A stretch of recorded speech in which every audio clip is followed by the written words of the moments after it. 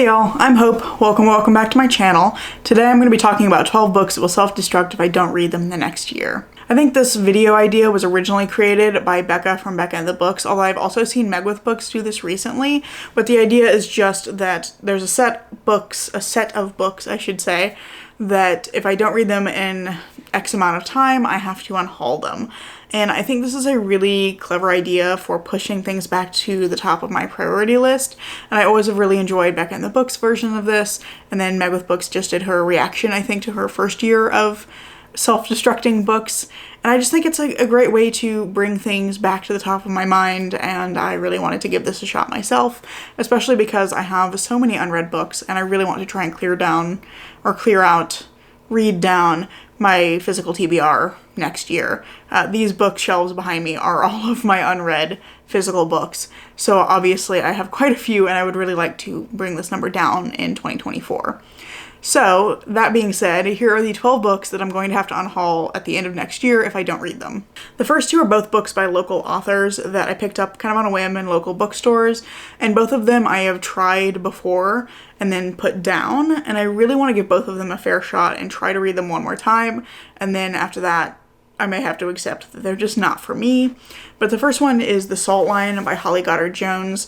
This is a story about a group of people who are kind of thrill-seeking tourists in a near-future dystopian world where what's left of humanity lives within something called the Salt Line. And outside of the Salt Line, there are a bunch of killer ticks. And so this is following a group of tourists who go outside of the Salt Line and end up, I think, getting kidnapped or something, or held for ransom, something along those lines. And the story is basically like, what are they willing to do to get back within the Salt Line to like save themselves? So I think it sounds really interesting. I think it sounds really dark and like it's probably going to explore some of the darker sides of humanity, but probably also like the things that people can and will rise to the challenge to do in horrible situations. So I think it could be really fascinating, and it seems like there's going to be some interesting character dynamics, but the killer ticks thing is not vibing with my OCD at all, and I keep getting stopped at the same point when I try to read this, where I get to some of the descriptions of the illness that the ticks cause, and it really sets off my anxiety, and I get very freaked out by it. And so I think I need to pick this up at a time when I'm in the right headspace to read it, but I also think I need to just get past that initial description, because I get the sense that this is going to be much more about like the character relationships. So I do really want to give this one a fair chance and try it one more time, but I have really struggled to get into this one previously, and I think that I need to accept soon, if I don't read it this year, that I'm probably never going to read it. The other one I haven't read for a different reason. This one is A Shadow All of Light by Fred Chappell. This is a kind of literary fantasy story about a guy who lives in a world where you can steal people's shadows.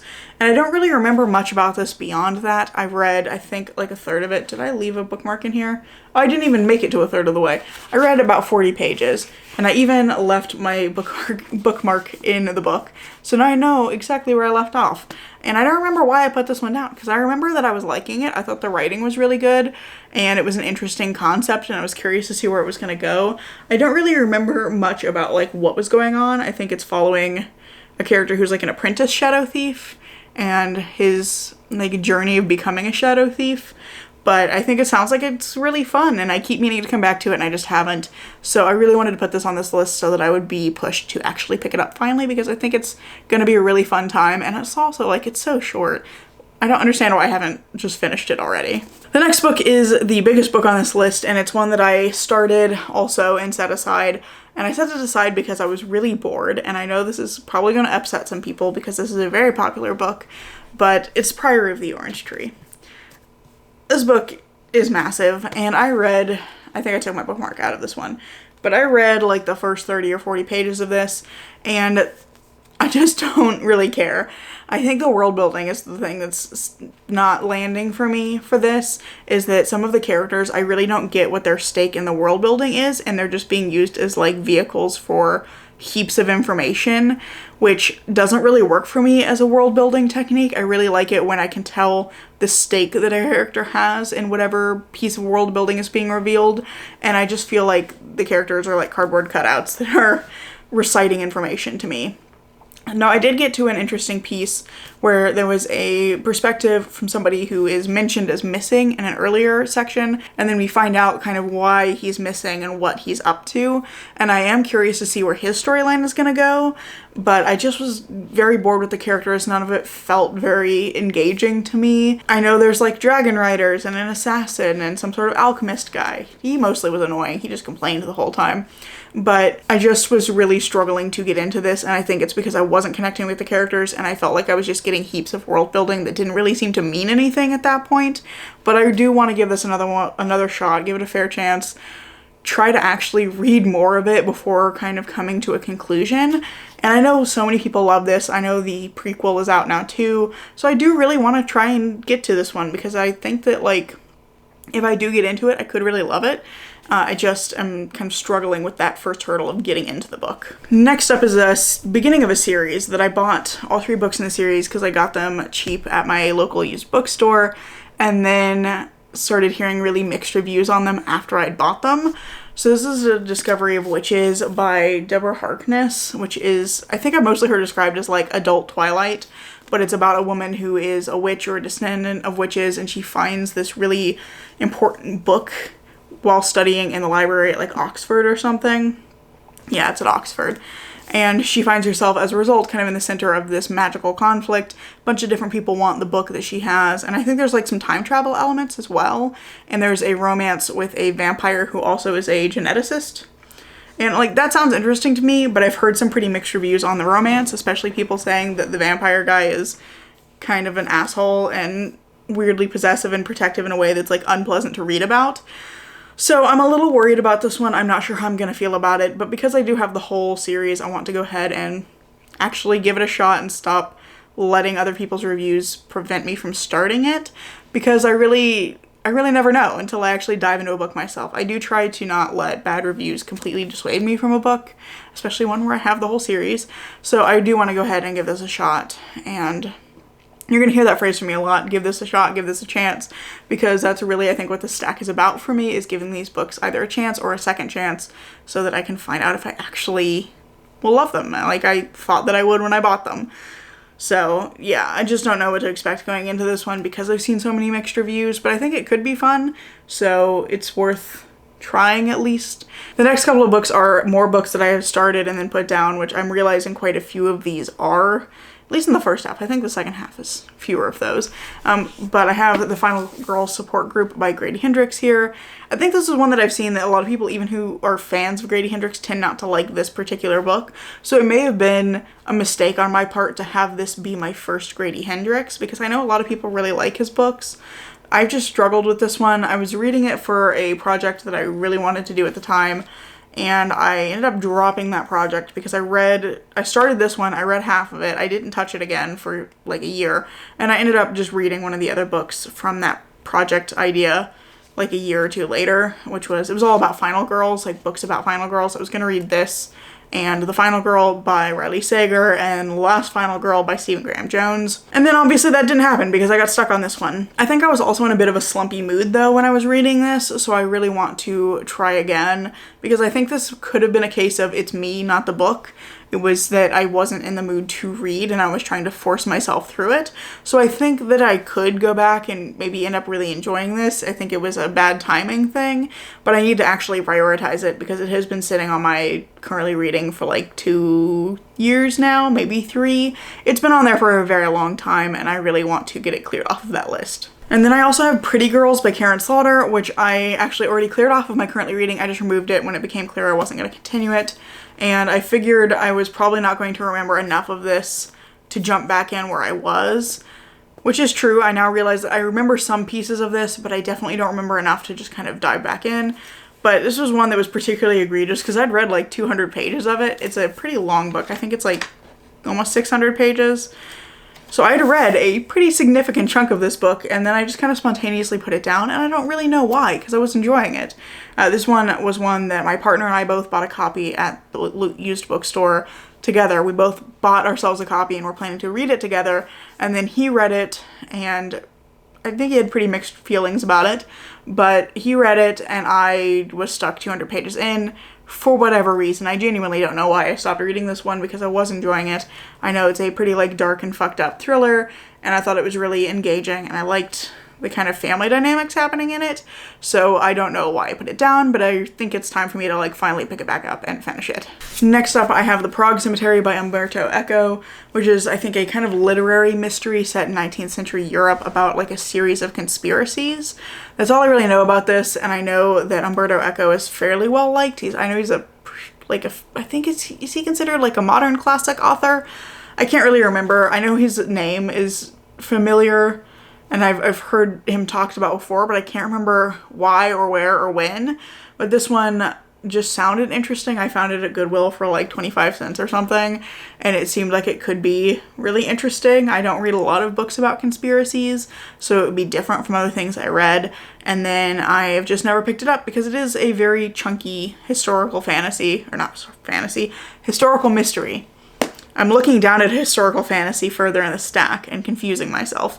But this is a fairly chunky historical mystery, and I find that historical mysteries are often denser and they take me longer to read. So I think I've just been a little bit intimidated by the size of this book, and I keep putting it off. But I'm wondering now if maybe I just don't want to read it. So that's why it's on this list. Next up, I have a couple of domestic thrillers that I got way back when I was in like middle school, maybe early high school. When I was younger, my mom was the president of our local Friends of the Library Association, and so I was frequently in helping at like Friends of the Library events, and I often volunteered at the Friends of the Library bookstore in my town. And so I have a lot of books that I picked up there because I particularly would always volunteer during their annual book sale. It happened in like January or February. And during that, the books were like 5 to 10 cents a piece. And if you were working there during that weekend, you could set aside a box of books that you wanted to buy. And so like you'd be like restocking shelves or whatever, you could set aside a box of books. And so I always would like restock my shelves once a year at that book sale. And most of the books I think I ended up reading, but I ended up with a few that have just kind of been haunting me ever since. So these were both domestic thrillers, which is interesting because it wasn't really something I read a lot when I was that age, and it's not something I've ever really gotten into. So I really don't know why I picked these up, but here they are. The first one is Into the Darkest Corner by Elizabeth Haynes, and I believe this one is about a woman who has had some sort of abusive marriage in the past, and her husband is like finally in prison. Yes, okay.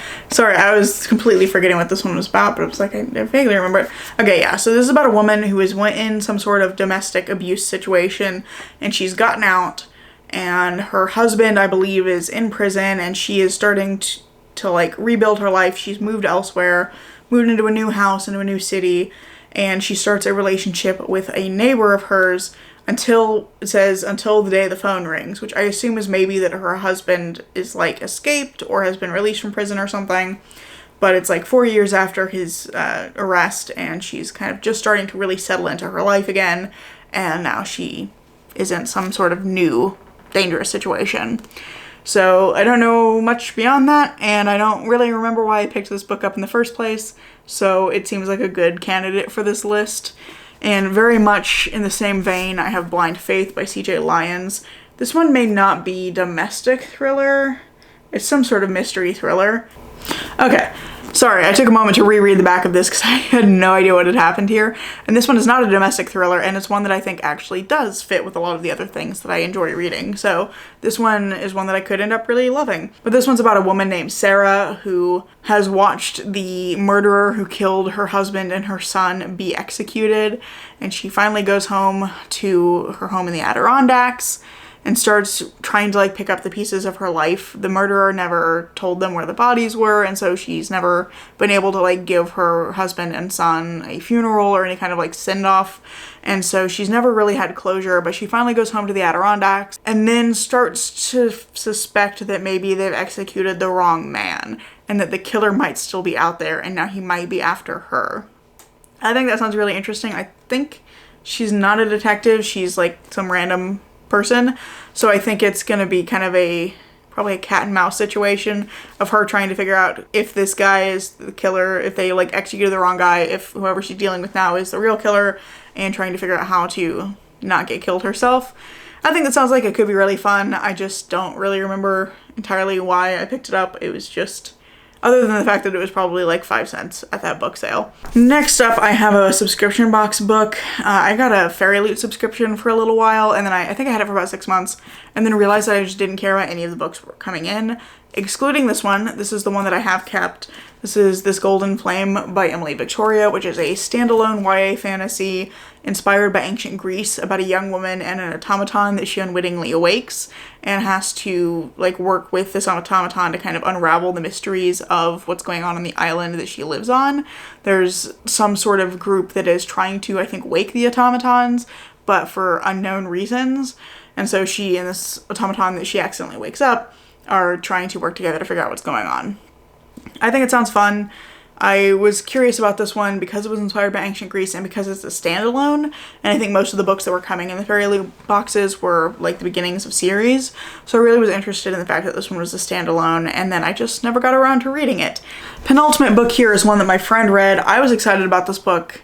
I read an excerpt and I liked the writing in the first chapter, and my friend read this and she hated it, and she frequently will rant about this book and has been waiting for me to read it so that we can talk about it. And this is A Strange and Stubborn Endurance by Foz Meadows, which is a fantasy romance that, according to her, is very bad. So I'm curious to read this, but also the fact that I was very excited about it and then she read it and hated it, and she thinks I'm also going to hate it, has really dulled my excitement for it, because she's pretty much never wrong about any of the books that she reads and has read, any of the books she reads. That's what I was trying to say. And like she's never been wrong about you're going to like this book or you're going to hate this book on any of the books that she and I have talked about. So I'm very worried about this one now, and I keep putting it off. It's on my homework list that she's given me. I have like friend homework, and it's one that she wants to talk about, and I just like, I need to rip the band-aid off and read it, but it seems like it's probably not going to be for me. So I've been putting it off for a long time. So I need to just do it and or get rid of it. Finally, I have The Fifth Heart by Dan Simmons, which is a Sherlock Holmes book, kind of not really a retelling. It's set in the time period between the Final Problem and then, I can't remember, The Empty Hearse, whichever book he comes back in. It's set in that intermediate period between when Holmes dies and when he returns. And this one is set, I think, in America, but it's supposed to be this kind of meta Sherlock Holmes story where he starts to realize that he's in a book, and it seems like it could be really interesting, but it's been languishing on my shelves for a long time. It's also incredibly long. It's over 600 pages, and I'm just not sure how I feel about a 600 plus page Sherlock Holmes book, but I bought this one because, one, I think it was on sale when I bought it, and two, I have a Sherlock Holmes collection. I really like Sherlock Holmes. I love the original stories, and I love spin-offs and adaptations of it. And so I have a collection of Sherlock Holmes related media, and this has been a part of that collection. I have already unhauled one other book out of that collection in the last couple of years, and I am just not sure that I am vibing with this story description anymore. I don't even really remember what the like mystery is supposed to be, but the main thing I remember is that it's supposed to be some sort of like meta thing where Sherlock Holmes realizes that he's a fictional character and that somehow is a part of the story. So I think it could be fun, and I love Sherlock Holmes stuff, but I just have not gotten around to it, and I'm just not sure that I'm that excited about it anymore, but it would be good to give it a read and see if I want to keep it as a part of my Sherlock Holmes collection. So those are the 12 books that are going to self-destruct that I will have to unhaul if I don't read them by next December. The stack is daunting, and I suspect there's going to be some things on here that I never touch in the next year, but I do want to kind of bring these back to the top of my attention and give them a chance, give them another chance in some cases, and see where I get with all of that. But let me know down in the comments if you've read any of these and what your thoughts were on them, because that may help me decide which ones of these I'm actually going to pick back up, and I would love to know what you guys thought of any of these books. So I think that's pretty much all I have for you today. I really hope you've enjoyed this video, and if you have, I hope you'll consider giving it a like, maybe even subscribing to see what comes next. I'm currently posting every Tuesday and Saturday, so there's more content coming soon, and I hope to see you in the next video. Bye.